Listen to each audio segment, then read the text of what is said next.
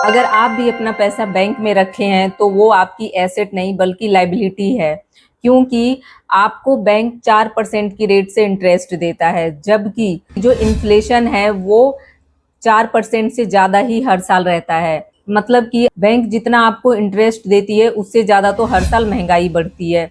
तो इस तरीके से आपका पैसा वहाँ पे बढ़ नहीं रहा बल्कि उसकी जो वैल्यू है वो कम ही होता जा रहा है। तो इसलिए आप अपने पैसे को बिल्कुल बैंक में रखें, पर उन पैसों को रखें जिसकी कि आपको ज़रूरत है और जितनी ज़रूरत है। क्योंकि अगर आप अपना पैसा बेमतलब में बैंक में रखेंगे तो उससे आपको कोई फ़ायदा नहीं है और आपके उसी पैसे से बैंक मोटा इंटरेस्ट कमाती है, पर आपको वो वही 4% की रेट से इंटरेस्ट मिलता है। तो आप बैंक में पैसा रखने की बजाय 7 ऐसे एसेट बनाइए जो कि आपको बैंक में रखे पैसे से बहुत ज़्यादा आपको पैसे मिले। जो फर्स्ट इन्वेस्टमेंट करनी है वो करनी है आपको अपने स्किल डेवलपमेंट में। यानी कि जो भी आप जॉब करते हैं या कोई आप प्रोफेशन करते हैं यानी कि पेशा करते हैं या दुकान करते हैं, मतलब कुछ भी करते हैं, उसी फील्ड के लिए आप कोई स्किल डेवलप करने की कोई बुक खरीद ले, कोई कोर्स खरीद ले। जो भी आप काम अभी कर रहे हैं उससे आप अच्छा कर पाएंगे और उससे अच्छा पैसा कमा पाएंगे। जैसे कि एक पर्सन सेल्स एग्जीक्यूटर है, पुराने तरीकों को छोड़कर अगर नए स्किल को सीखे, जैसे कि जब भी कोई वो प्रोडक्ट बेचने जाए या बताए तो जो सामने ग्राहक है वो क्या चीजें पूछ सकते हैं, उनको कैसे कन्विंस करना है, उनकी साइकोलॉजी क्या है, यानी कि कोई प्रोडक्ट खरीदने के पीछे क्या उनकी साइकोलॉजी होती है, ये सारी चीज़ों पे आप एनालाइज करें। और वो एनालाइज कैसे होगा, जब आप वो स्किल लेंगे कि ग्राहक को कैसे समझना है, उसकी साइकोलॉजी कैसे समझनी है। इसके लिए आप कोई बुक्स ले सकते हैं या कोई कोर्स खरीद सकते हैं। सेकंड जो तरीका है वो ये है कि बैंक में पैसा रखने की बजाय आप गोल्ड या सिल्वर में इन्वेस्ट कर दें। गोल्ड या सिल्वर में इन्वेस्ट करने के लिए दो तरीके हैं, एक तो फिजिकल गोल्ड लेकर कर सकते हैं और दूसरा डिजिटल गोल्ड ले सकते हैं।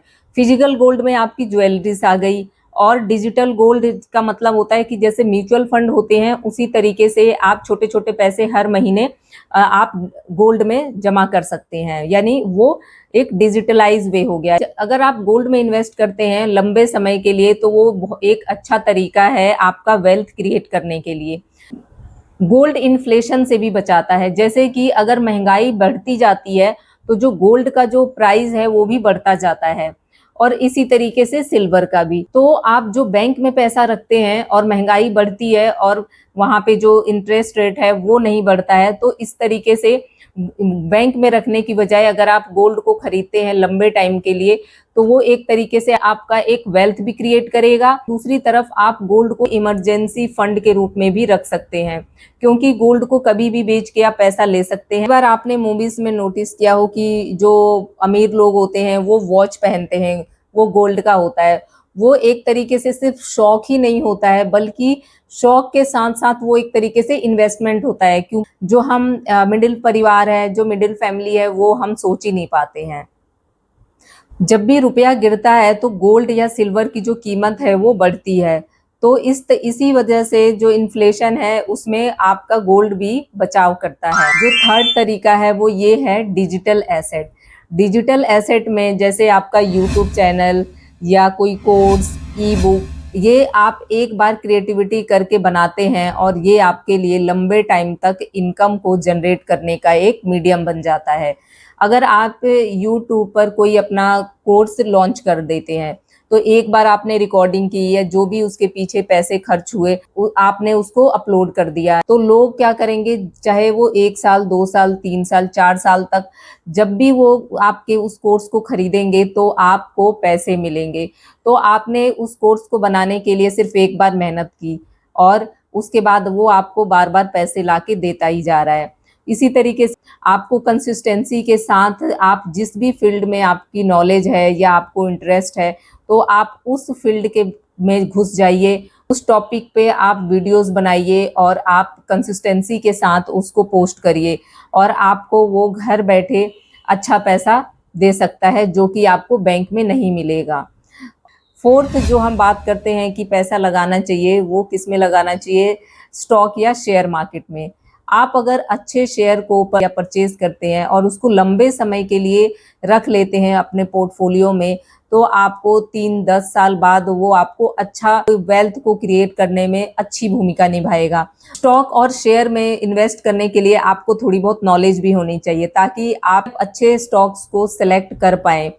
कुछ ऐसे शेयर भी हैं जो कि हर साल अच्छा डिविडेंड भी देते हैं, जिसमें कि आपको जो आपका प्रिंसिपल है वो तो उस शेयर के लिए लगाया ही है आपने, और पर उससे आपको अच्छा खासा डिविडेंड मिलने लगता है, जिससे कि आपका जो वेल्थ है वो तो क्रिएट होता ही है और आप जो डिविडेंड मिलता है आपको उससे आप अपना एंजॉय कर सकते हैं। तो कहने का ये मतलब है कि बैंक में पैसे रखने की बजाय आप शेयर या स्टॉक में पैसे लगाएं। फिफ्थ है म्यूचुअल फंड।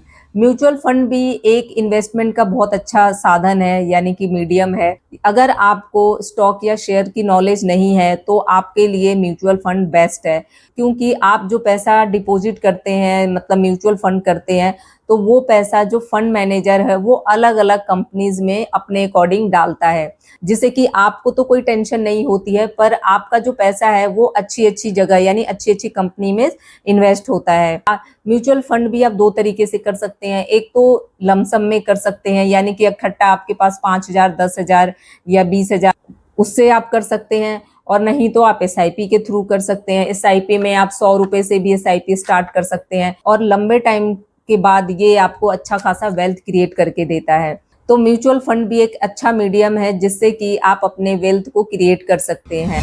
जो सिक्स्थ जो इन्वेस्टमेंट है वो ये है कि आप बैंक में पैसा रखने की बजाय आप बॉन्ड खरीद सकते हैं। बॉन्ड का मतलब ये होता है कि आप अपना पैसा गवर्नमेंट को उधार पे देते हैं और गवर्नमेंट उस पैसे पे आपको फिक्स इंटरेस्ट देती है एनुअली उस बॉन्ड पे। जो गवर्नमेंट बॉन्ड होते हैं उस पे रिस्क बिल्कुल कम होता है और आप सेफली आप बॉन्ड को खरीद सकते हैं, क्योंकि जब आपका पैसा गवर्नमेंट के हाथ में है तो वो पैसा आपका इधर उधर नहीं होगा। तो बैंक में रखने की जगह आप अपना जो पैसा है वो बॉन्ड में भी लगा सकते हैं।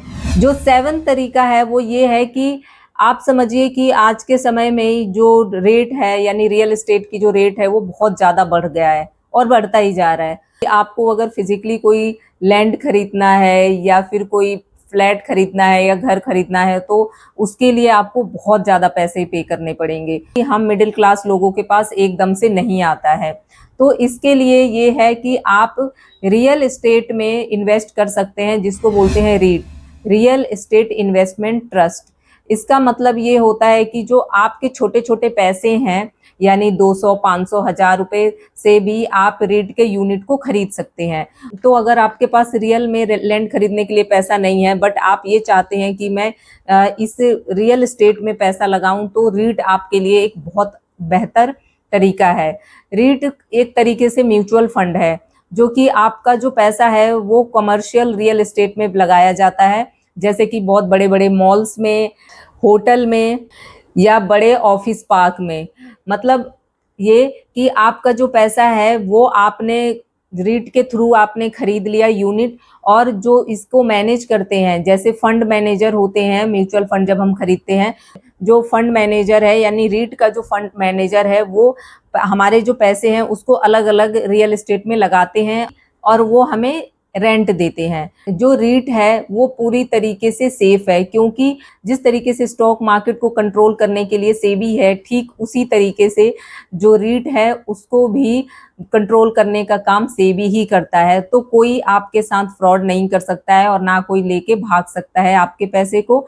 आप रीट में मिनिमम 100 रुपए से लेके 500 रुपए तक भी एक यूनिट खरीद कर इन्वेस्टमेंट कर सकते हैं। जो आप पैसा इन्वेस्ट करते हैं उससे जो भी रेंट आता है उसका 90% जो पार्ट है वो डिविडेंड के रूप में या इंटरेस्ट के रूप में कहिए कि वो जो इन्वेस्ट किया है उसको दे दिया जाता है।